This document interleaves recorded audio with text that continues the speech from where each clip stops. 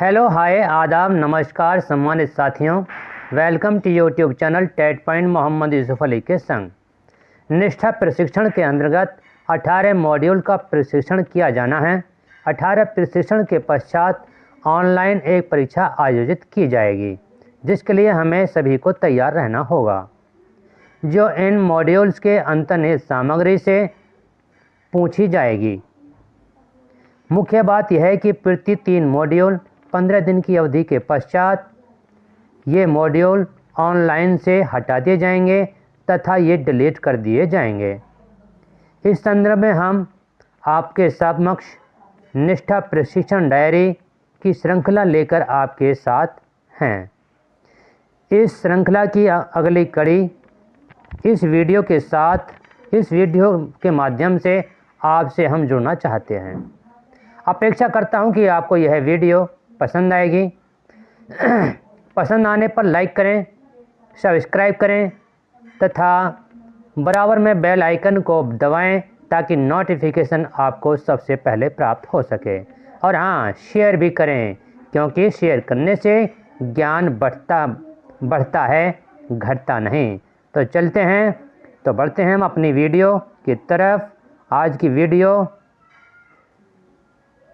है, हमारा का शीर्षक है निष्ठा प्रशिक्षण मॉड्यूल 2 पर आधारित डायरी, निष्ठा प्रशिक्षण मॉड्यूल 2 पर आधारित मुख्य बिंदु, निष्ठा प्रशिक्षण मॉड्यूल पर आधारित नोट्स।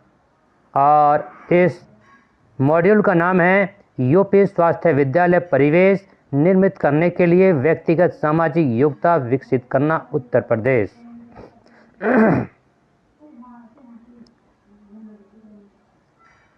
और इस वीडियो का प्रथम प्रश्न हमने बनाने की कोशिश की है, मुख्य बिंदु बनाने की कोशिश की है, वो है मॉड्यूल 2 विद्यार्थी के किन गुणों को विकसित करने के लिए मार्गदर्शन प्रदान करता है।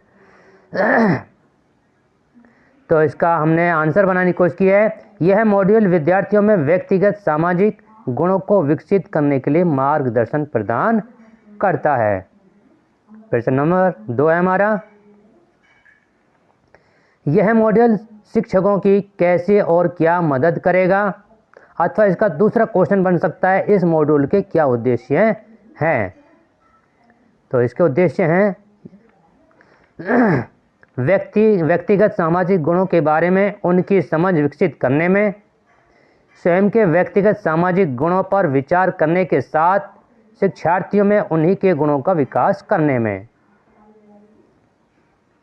कक्षा में मार्गदर्शन प्रदान करने के लिए आवश्यक गुणों और कौशलों का विकास करने में मदद करेगा। प्रश्न नंबर 3 है हमारा, विद्यार्थियों को विद्यालय में कौन से विविध अनुभव प्राप्त होते हैं। इसका आंसर है, विद्यार्थियों को विद्यालय में विविध अनुभव प्राप्त होते हैं, जैसे शिक्षण, कक्षा शिक्षण, निर्देश, सफलता या असफलता, शिक्षक, प्रधान अध्यापक और अन्य विद्यार्थियों के साथ बातचीत से संबंधित जो उनके जीवन पर बहुत प्रभाव डालते हैं। प्रश्न नंबर 4 की तरफ हम आगे बढ़ते हैं। सकारात्मक भावनाएं तथा नकारात्मक भावनाएं कौन कौन सी होती हैं और इनका विद्यार्थी पर क्या प्रभाव पड़ता है। सकारात्मक वो होती हैं जो हमारे बच्चों या हमारे मन को सकारात्मक करती हैं, हमारी सोच को सकारात्मक करती हैं। और नकारात्मक सोच वे होती हैं या नकारात्मक भावना वे होती हैं जो हमारे सोच को नकारा बनाती हैं, नेगेटिव तरफ ले जाती हैं, हमें आगे बढ़ने में अवरुद्ध करती हैं। तो सकारात्मक भावनाएं जैसे खुशी, उत्साह आदि प्रेरणा को बढ़ाती हैं और अधिगम और दो प्रदर्शन को सुविधाजनक बनाती है। नकारात्मक भावनाएं जैसे क्रोध, उदासी, रोष, अपराध बोध, असुरक्षा और संबंधित भावनाएं जैसे सजा का डर, उपहास, लांछन लगाना प्रेरणा से ध्यान कम करते हैं और अधिगम में बाधा डालते हैं। अगर इस प्रकार के ये तत्व मिलेंगे, ये वाले तत्व मिलेंगे, तो हमारे क्या होगा, प्रेरणा से ध्यान कम कम होगा, हमारा अधिगम कम होगा, हम सही तरीके से नहीं सीख सकते या हम सही तरीके से नहीं सिखा सकते। प्रश्न नंबर 5 है हमारा, पाठ्यक्रम को किसके माध्यम से पढ़ाया जाए? इसका उत्तर है शिक्षा सामग्री को पढ़ाने के दौरान कुछ गुणों के विकास को उजागर करने वाली शिक्षण अधिगम प्रक्रियाओं के माध्यम से पाठ्यक्रम को पढ़ाया जाए। प्रश्न नंबर 6 हमारा, प्रभावी सुगमता के रूप में आप अपनी संवेदनशीलता और देखभाल को कैसे प्रदर्शित करेंगे? तो इसका उत्तर बनाया हमने, उनके शिक्षण और अधिगम में सुविधा और सहयोग प्रदान करके उन्हें स्वीकृत, प्रोत्साहित और प्रेरित महसूस कराकर। प्रश्न नंबर 7 है हमारा, किन बिंदुओं के माध्यम से विद्यार्थियों के साथ आपकी बातचीत में वास्तविक लगाव और रुचि का संप्रेषण किया जा सकता है? तो इसका उत्तर है विद्यालय कक्षा में प्रवेश करते समय विद्यार्थियों का मुस्कान के साथ अभिवादन करना। मतलब अगर बच्चा विद्यालय में आता है, कक्षा में आता है तो हम उसके साथ हंसते हुए बात करें, मुस्कुराते हुए बात करें, नाक चढ़ के बात या गुस्से में बात ना करें। बच्चों को उसके नाम से बुलाएं। जब भी हमें किसी बच्चों को बुलाना होता है तो उसके नाम से बुलाएं, जिससे बच्चा हम में रुचि लेगा। और आँखों का संपर्क बनाना और विद्यार्थियों की उपस्थिति की सराहना करना। अगर बच्चा रोज़ आता है, उसकी उपस्थिति रोज़ की है, तो उसकी सराहना करनी, क्लास में उसकी सराहना करनी चाहिए और बच्चों से कुछ आदर्श प्रश्न पूछना चाहिए और बच्चों से अच्छे प्रश्न पूछने चाहिए। प्रश्न नंबर 8 है हमारा, एक शिक्षक कब अपने विचारों को अर्थपूर्ण और रुचिपूर्ण तरीके से व्यक्त कर सकता है? तो इसका उत्तर है यदि एक शिक्षक का संचार कौशल अच्छे हैं तब वे विचारों को अधिक अर्थपूर्ण और रुचिपूर्ण तरीके से व्यक्त कर सकता है। प्रश्न नंबर 9 है हमारा, प्रभावी संचार कौशल में कौन सा कौशल शामिल है? और इसका उत्तर है प्रभावी संचार कौशल में अभिव्यक्ति अर्थात शाब्दिक और गैर शाब्दिक शब्द जैसे इशारे भी हो सकते हैं, सांकेतिक भाषा भी हो सकती है और भावनाएं भी हो सकती हैं, अधिक प्रभावी ढंग से सुनने और प्रतिक्रिया देने का कौशल शामिल है। प्रश्न नंबर 10 है हमारा, प्रभावी शिक्षक बनने के लिए शिक्षक को कैसा श्रोता होना चाहिए?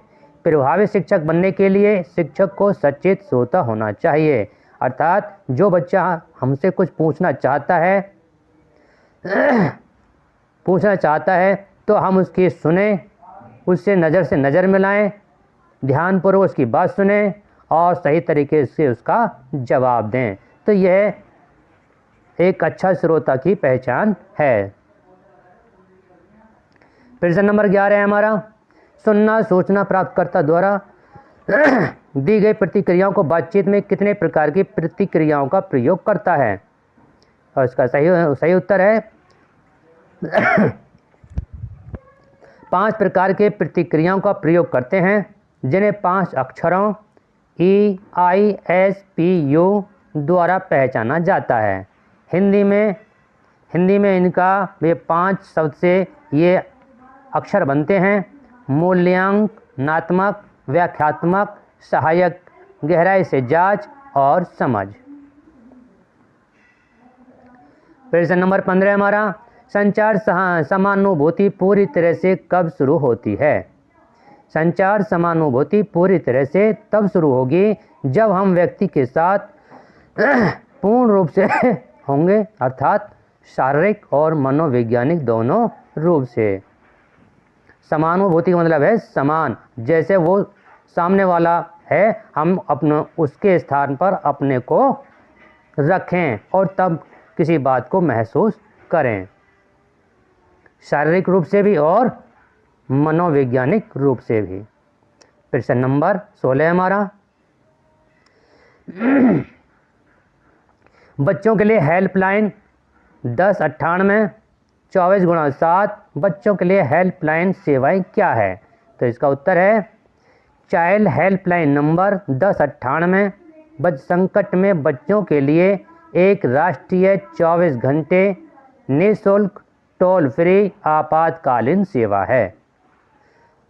वर्तमान में पूरे देश में 412 स्थान पर बच्चों के लिए हेल्पलाइन चालू हैं।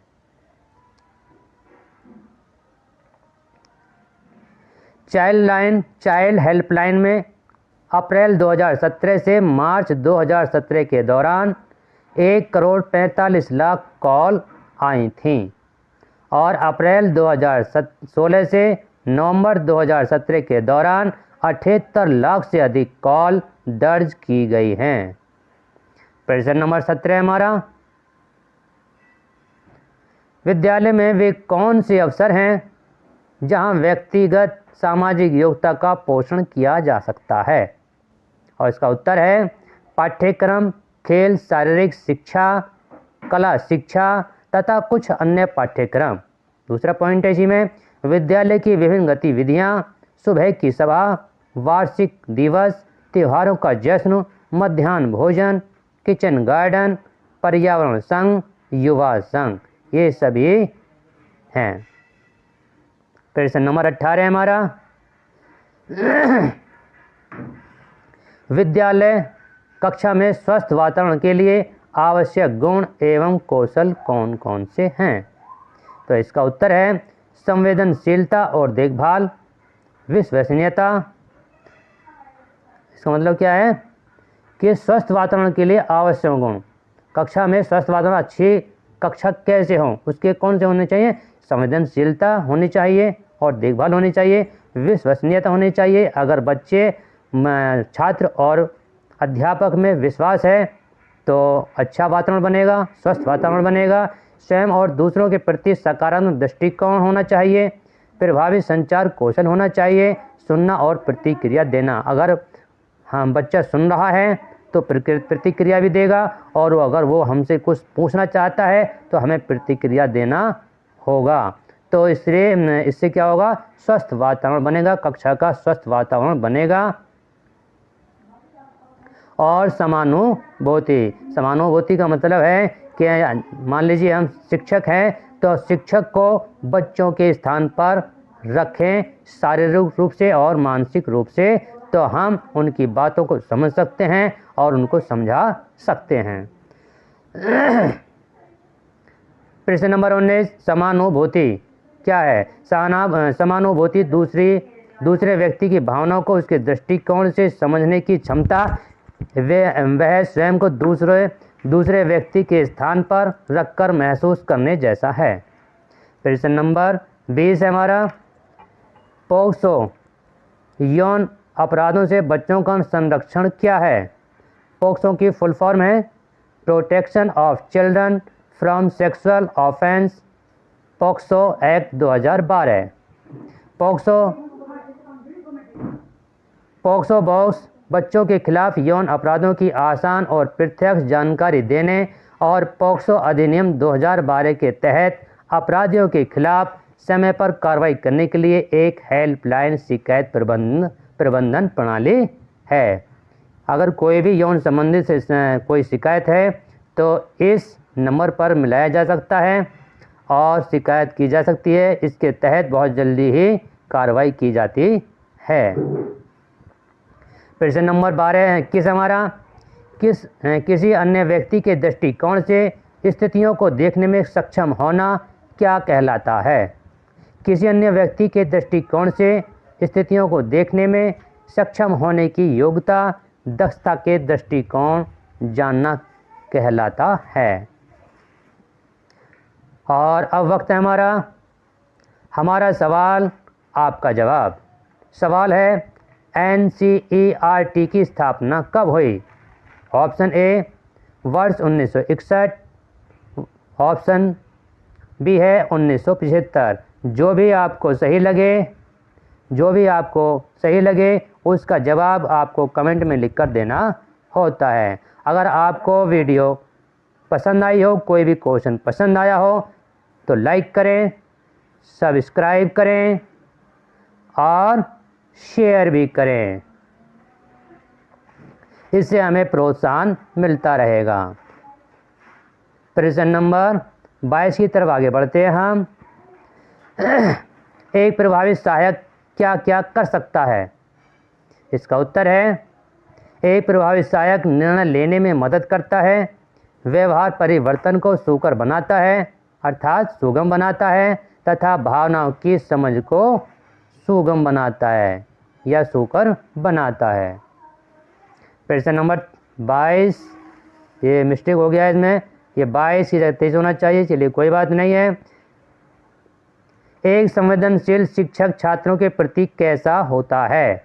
एक संवेदनशील शिक्षक छात्रों के प्रति कैसा होता है? एक संवेदनशील शिक्षक छात्रों की आवश्यकताओं और समाधान के अनुरूप होता है। प्रश्न नंबर 23 है हमारा, तदानुभूति का क्या मतलब होता है? तो इसका उत्तर है, तदानुभूति का मतलब किसी और की तरह महसूस करना और सोचना होता है। प्रश्न नंबर 24 है हमारा, एक शिक्षक संवेदनशीलता के गुण को कैसे चित्रित कर सकता है? एक शिक्षक संवेदनशीलता के गुण को कैसे चित्रित कर सकता है? तो इसका उत्तर है, एक शिक्षक संवेदनशीलता के गुण को दूसरों की भावना और विचारों से अवगत होकर चित्रित कर सकता है। प्रश्न नंबर 25 है हमारा, बच्चों के समूह के बीच द्वंद्व के मामले में एक शिक्षक के रूप में बच्चों के बीच क्या करवाना चाहिए? अगर बच्चों का समूह है, उनमें आपस में झगड़ा हो जाता है, तो एक अध्यापक को क्या करना चाहिए, क्या राय देनी चाहिए, क्या उस टाइम क्या करना चाहिए? तो बच्चों के समूह के बीच द्वंद्व के मामले में एक शिक्षक के रूप में बच्चों के बीच संवाद बनाना चाहिए, के बीच संवाद सहज बनाना चाहिए, ये है मेन। प्रश्न नंबर 26 है हमारा, चौकस श्रवण कौशल उपस्थित होने के लिए एक शिक्षक को छात्रों के लिए किसकी आवश्यकता होती है? तो इसका उत्तर है, चौकस श्रवण कौशल उपस्थित होने के लिए एक शिक्षक को छात्रों के मौखिक अभिव्यक्ति, व्यवहार और कार्य तथा गैर मौखिक भाव पर ध्यान देने की आवश्यकता होती है। प्रश्न नंबर 27 है हमारा, स्कूल कक्षा में छात्रों के लिए एक शिक्षक को कक्षा के वातावरण में किस गुण को बढ़ावा देने की आवश्यकता होती है ताकि छात्र सुरक्षित और स्वीकृत अनुभव कर सके?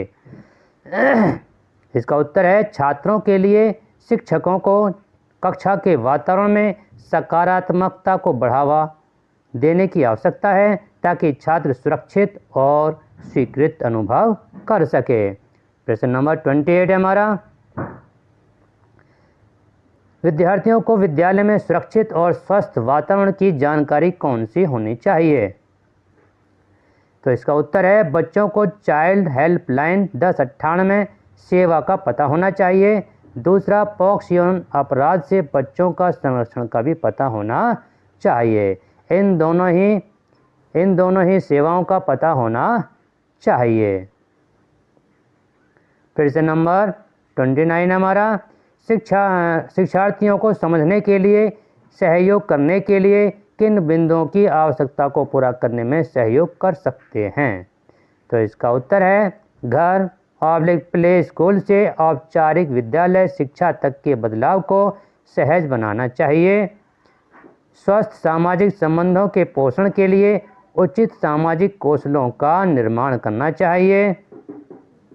अपने कार्यों की जिम्मेदारी लेना, विशेष रूप से शिक्षा संबंधी। अगर शिक्षक को क्या करना चाहिए, अपनी जिम्मेदारी लेनी चाहिए और सही रूप से लेसन प्लान के हिसाब से पढ़ाना चाहिए। प्रश्न नंबर 30 है हमारा, शिक्षा के उच्च प्राथमिक चरणों में विद्यार्थियों की कुछ ज़रूरतें हैं जिनमें शिक्षक सुविधा और सहयोग प्रदान कर सकते हैं, वे कौन सी हैं? अगर आपको वीडियो पसंद आई हो तो लाइक करें, सब्सक्राइब तो अवश्य करें और शेयर भी करें। अपना हित दूसरों का हित। इसका उत्तर है, सफलता के लिए अध्ययन कौशल को लागू करना, काल्पनिक प्रश्नों को उठाना और उत्तर खोजने के लिए प्रोत्साहित करना। विद्यार्थियों को क्या करना चाहिए, उनको काल्पनिक प्रश्न उठाने चाहिए, इस प्रकार से प्रोत्साहित करना चाहिए जो वो काल्पनिक प्रश्न उठाएं और वो खोज के लिए भी प्रोत्साहित करना चाहिए। संज्ञानात्मक और भावनात्मक भावना को स्वतंत्र करना चाहिए। अगर आपको वीडियो पसंद आई हो तो सब्सक्राइब करें, शेयर करें